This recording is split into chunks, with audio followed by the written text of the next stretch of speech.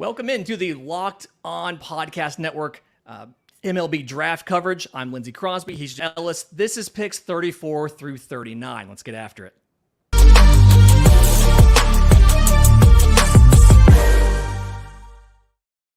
Welcome into Locked On MLB Prospects and Locked On Guardians. This is a special thing. I'm Lindsey Crosby. He's Jeff Ellis. This is the Locked On Podcast Network MLB Draft Extravaganza. We're 3 hours in, folks. So we are at pick 34. This pick is brought to you by our friends at Game Time. Download the Game Time app, create an account, use promo code LOCKEDONMLB for $20 off your first purchase. Last minute tickets, lowest price, guaranteed. With the 34th pick, the Minnesota Twins, who just took Walker Jenkins at 5 earlier in the night, take another prep player, right-hand pitcher Charlie Soto at 34. Jeff, was this a thing of them grabbing the best talent on the board, somebody who slid down a little bit? Or is this something where do you think they targeted him specifically because they saw something that they liked in the profile? We've only had one prep pitcher taken right now. He was, in full disclosure, he was 9th on my board currently in terms of best player available. Or I'm sorry, 2, because we just had Josh Schnoth. It's a long night, people. But he's a guy who's been discussed for a while. He's a blank slate. He's a blank slate, 17 years old, for those keeping track, and big right-handed pitcher. If you believe in your development, he's exactly what you want.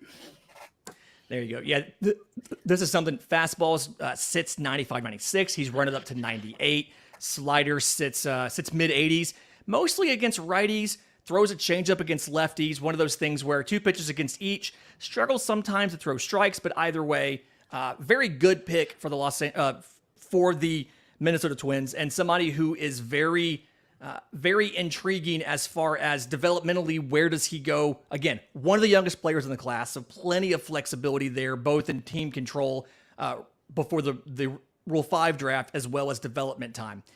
For those of you who haven't seen some of the other streams, again, I'm Lindsey Crosby, host of Locked On MLB Prospects. He's Jeff Ellis, host of Locked On Guardians. We are hosting the Locked On Podcast Network's MLB Draft coverage for 2023. We will be doing picks 34 through 39 here on these channels, and then after this is over, the show hosts will have a chance to do their quick draft videos. We'll have all of your team selections clipped and posted on this channel, so you can go back and see our analysis for every draft pick your team has made.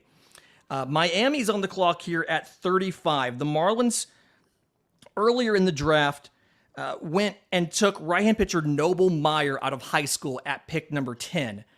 So here at 35, a lot of different options they can go. It feels like they may have to be mindful of the money at this one, simply because slot value is $2.4 million, but they did get a prepster inside the top 10. And so there's going to be a question about how much money are they spending there, how much money they have to spend here at 35.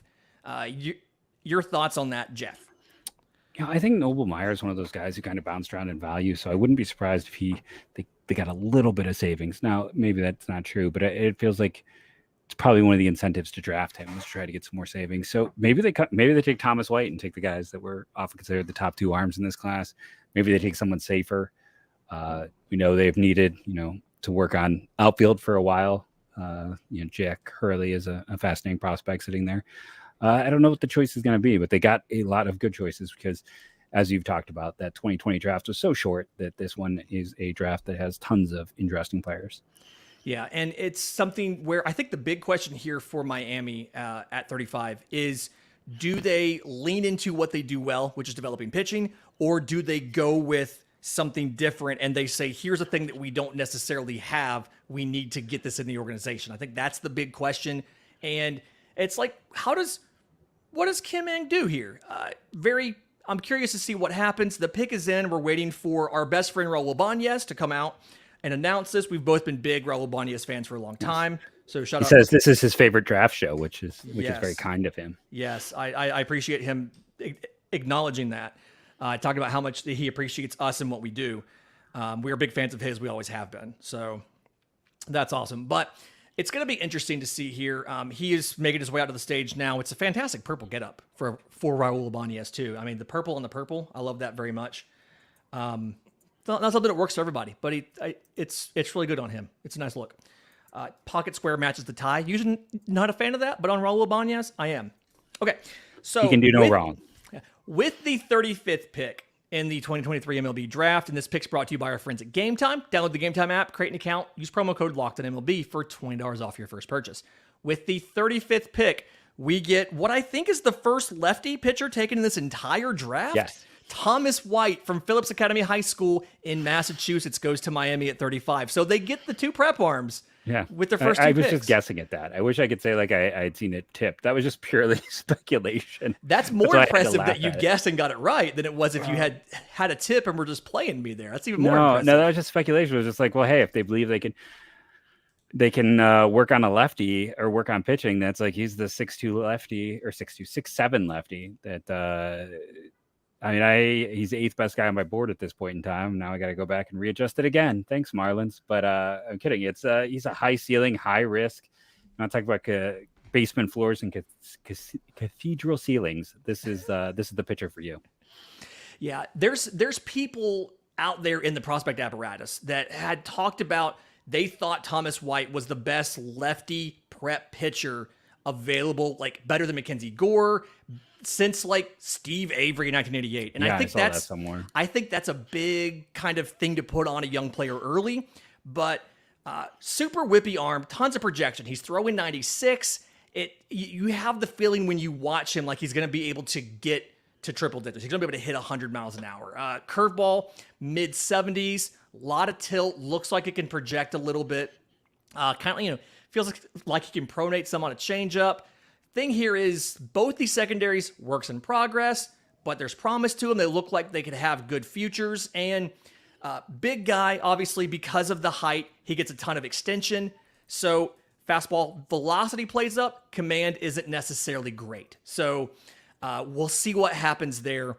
But the Dodgers pick is in. The only team that First pick by the Dodgers. First pick by the Dodgers. Only team that has not yet picked tonight. And really curious to see what the Dodgers do here. Simply because you kind of have to wonder, like at this point, you're looking at a lot of prepsters, right? The strength of the system is catching. They need left-handed pitching. But I really feel like we've also had no off-the-board picks, just to this one.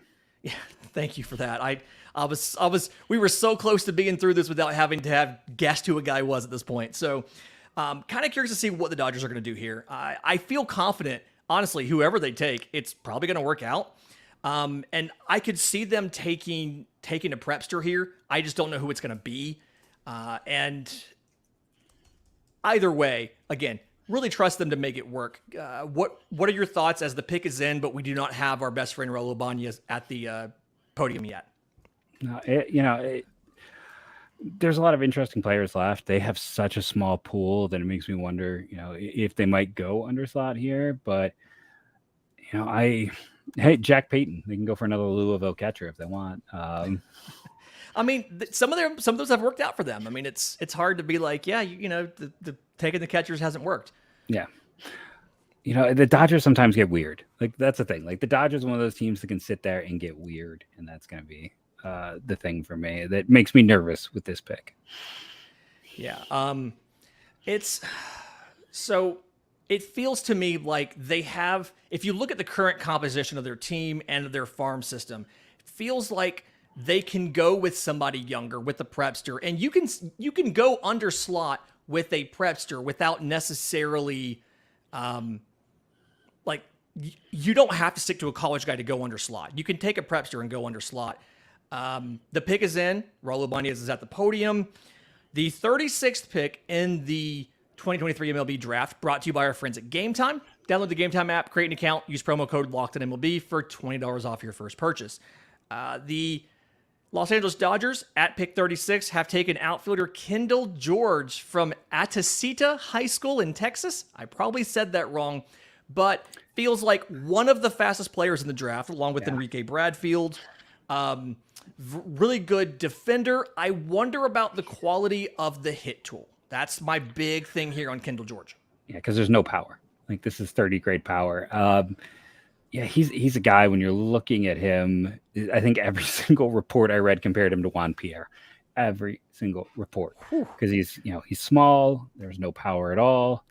I think that's kind of what it comes up to with him is that we've seen it's hard to find center fielders in baseball. So here's another center fielder potentially. But you're right. Can he hit enough to be a starter, or is he going to be your 26th man because he's lightning fast and can in a pinch cover all three spots?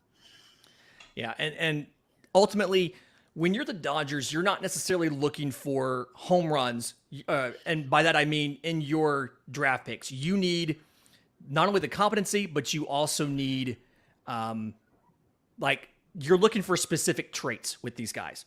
They need the defense. It's something they are looking for a center fielder, and ideally, they want somebody that can play every day. Kendall George, if he can hit, you feel like he's an everyday, bat him ninth. He gives you a second leadoff man kind of quality. You're not hurting for offense if you're the Dodgers.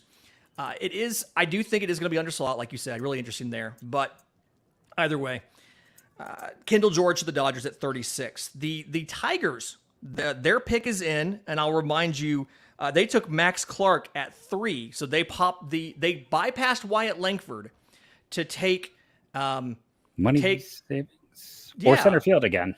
Yeah, like it's okay, like we're doing this. So what is the pick at 37? Are we sticking with more prepsters? Are we going with a college guy here? Again, new regime. We don't have a lot of track record on what Detroit's going to do. If you're spending, it's probably what Walker Martin or Kevin McGonigal would be the two big names left, right? Is there someone I'm forgetting? But those feel like the two, quote unquote, like name guys. Like if you're spending a guy down, they don't need money. I mean, you have $12.8 million. This is a $2.3 million slot, and if you're taking somebody like a McGonigal, it's going to take more money to sign him. I mean, and so I could see something like that happening, and then kind of going like Stafura, I guess that'd be the third guy. Sammy Stafura is an option as well. I'm really curious what's going to happen. I don't think. That's the thing. They have the money to go over slot, especially with Clark going at 3. Again, he was rumored to be the cheapest of the preps, the cheapest of that top 5. So maybe they saved money to go kind of out of pocket here. I don't quite know what's going to happen. But either way, we'll see what happens. While we have a second, because they're in commercial break and all that right now, there's a question in the live stream from Heminger MMA. Yohandy Morales was ranked number 20 by MLB. Did they screw up his evaluation, or is he falling for some reason? So the Miami third baseman, what are your thoughts here on Yohandy Morales? I get myself in trouble. I'm never going to work at MLB. I think they screwed up the evaluation. I think most of us have, because he's been famous for a long time. And I sat down and watched him, and then I poured over his numbers, and I came away going, he's hit over power. He's not power over hit. And I think probably other teams agreed with me. And I don't know if that's a good thing that he's hit over power. He's not accessing the power he has. So I think there is some degree of that. I want to be that guy. I've got him at 47 on my board right now. I just want to throw that out there. No, I got him at 40. He's 40 on mine. So I mean, I got Mac Horvath ahead of him, who's someone I don't think we've mentioned once. I get Ken Balderman is one of my top college guys left, because you want to talk about big guy with big exit velos. Like I think he's gonna go higher than people expect, because he just crushes baseballs. Exactly. All right, so Detroit's pick is in. Again, reminder, they took Max Clark at 3. This is pick number 37. This pick's brought to you by our friends at Game Time. Download the Game Time app, create an account, use promo code LOCKEDONMLB for $20 off your first purchase. The pick at 37 for the Detroit Tigers, shortstop Kevin McGonigal. 2 for 2. I'm going to call him a second baseman, not a shortstop. Again, if he went to college right now, he's playing second base in college. He's committed to Auburn in the SEC. One of the best prep hit tools to a lot of evaluators in this draft, but questions about, one, his defensive home, and then maybe necessarily what he's going to do as far as he's got pull side power, but not necessarily a super high power ceiling as well. Yeah. It's just, I like the hit tool. That's why he ended up so high for me. I do think it's a little bit limited. I had him in my 30s for that reason, but it's a clean swing. You're just kind of hoping that he does enough to, the hit tool will carry, right? That's basically the whole thought process from beginning to end with him, is that the hit tool will carry him throughout. That's the one thing that stood out. I don't know if anything else even projects out to be plus or above average. It's all hit tool and how much you believe in it, and or like his intelligence, like high baseball IQ. I think that was the other thing I saw everywhere with him. Yeah, and this is I'm not saying Kevin McGonigal's not going to work out. What I'm thinking about when I look at the hit tool, the power tool, and everything kind of being the guy that I'm reminded of, and I apologize in advance if I take this the wrong way. The guy I'm reminded of is Tim Beckham, 2008, number 1 overall, and it was something where didn't necessarily really have any sort of carrying tool, right? Considered to be average to above average and everything. I do think McGonigal's got a better hit tool than Tim Beckham, but I worry that you just don't have much of anything else there. And so, like, Beckham was a guy that he got in the pro ball. He struggled a little bit as he started to physically develop. The athleticism went down, and then like he never really worked out. And I struggle with McGonigal not having anything else other than a hit tool. No, it's a good call. That is the tool that we are the worst at projecting. Let's just be honest about that. Like everything else is kind of easy to see and know and be able to say. Hit tool is a little more ethereal. It's a little harder to guess at. And I joke, like I've been covering the draft for a long time. I remember in back-to-back drafts when, listen, Jim Callis is one of the reasons I do this. This is not a knock on him. He is worlds better than me. But like saying Tyler Naquin had the best hit tool in one draft class than Bradley Zimmer in the next. As a Guardians writer, and we've seen that like hit tool is an evolving thing. We're still trying to figure out exactly how to track it, but I agree when that is the one thing and as a Guardians fan, they love to draft those guys, and then we watch them struggle because there's nothing else that goes with the hit tool. Like to make them a starter, you need something else to elevate you.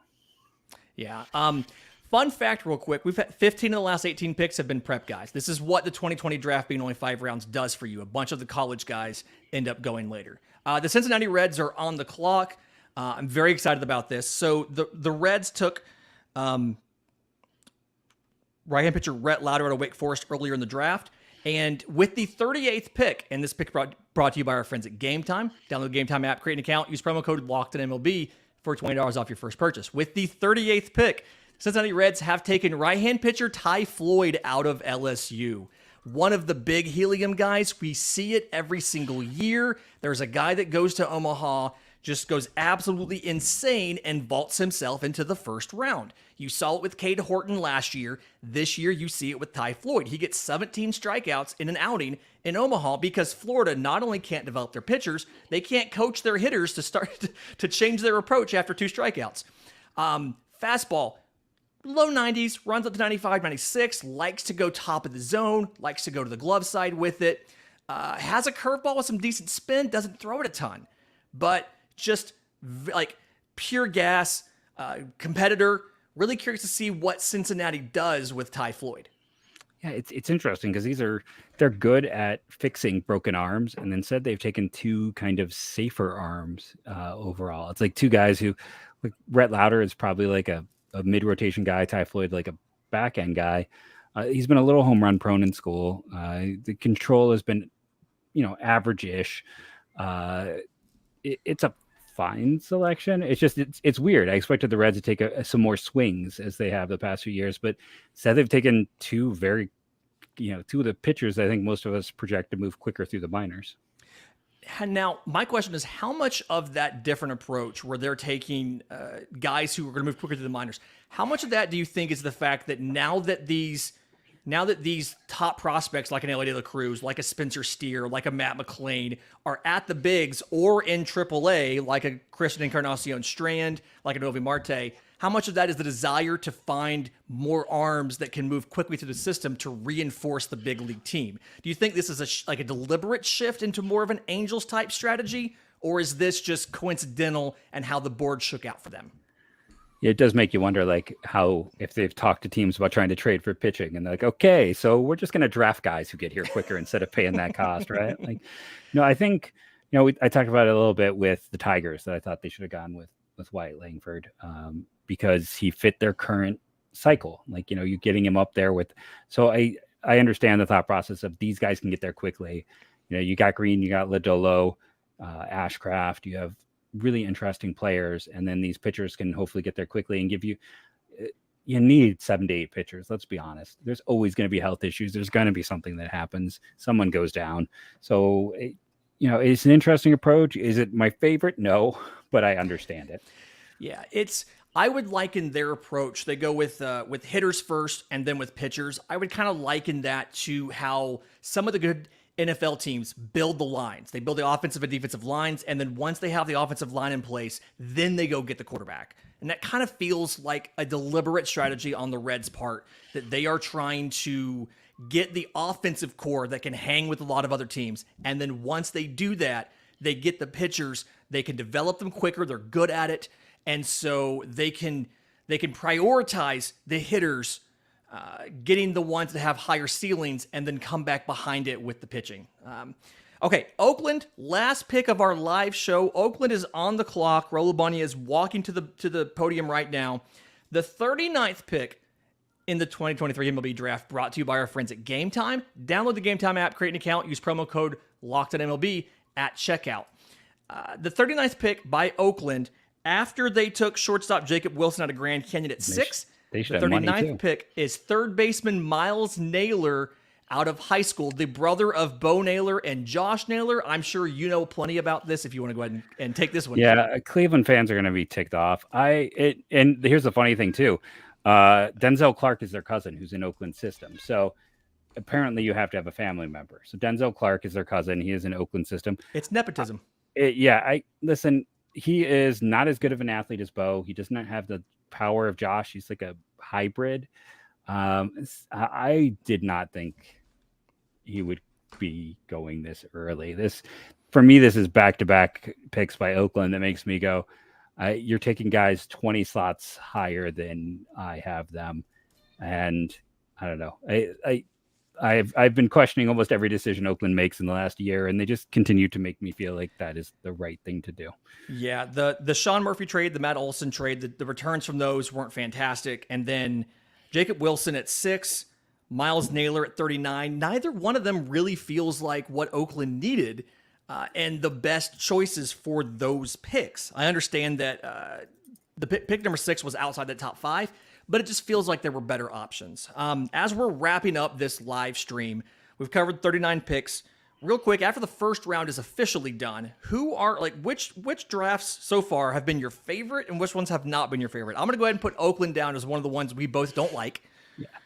I was just going to throw this out there. If anyone wants more draft over on Locked On Guardians, go hit me a follow at Jeff MLB Draft. I'm going to stream the second round. I'm going to take a quick break and walk around because you've probably seen me moving a bunch and my back is killing me.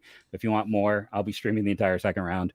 In the first round, I loved the Cubs, the Diamondbacks, the Braves, Toronto are the ones that immediately come to mind in terms of like, those are the first 4 that really jumped out at me. Did not like the Angels, did not like Oakland. Those are the 2 that I really did not love. The Angels and Oakland were I don't understand what they are doing. I think a 5th pick might actually be the Mets, just getting Houck where they got him. Yeah, I do like what the Reds did as well. Simply going with pitchers that they can get to the majors quicker and how it builds into the whole strategy. So I'm a fan of that as well. I do like Matt Shaw, really good pick for getting him at 13. Arjun Namala at 20 for the Jays. Feels like it's really good, kind of fits in with they're going to have decisions to make on a lot of this infield sooner rather than later, and they'll have an idea of whether or not he's going to work out, and they can just bridge to get to him. I do like Bryce Matthews to the Astros at 28. I think that's a fun one. Yeah. But yeah, A's, Angels, probably 2 of the lower graded ones for me. I really do love, again, the Braves. I love the Cubs, the Reds, what they did. So I'm Lindsey Crosby, host of Locked On MLB Prospects. He's Jeff Ellis. Thank you guys for being here through 39 picks with us. You can follow us on Twitter. It's on the screen down there. He's at Jeff MLB Draft. I'm at Crosby Baseball. We would love to have you on our shows Monday through Friday. Make us your first listen or your second listen. And we will see you next time.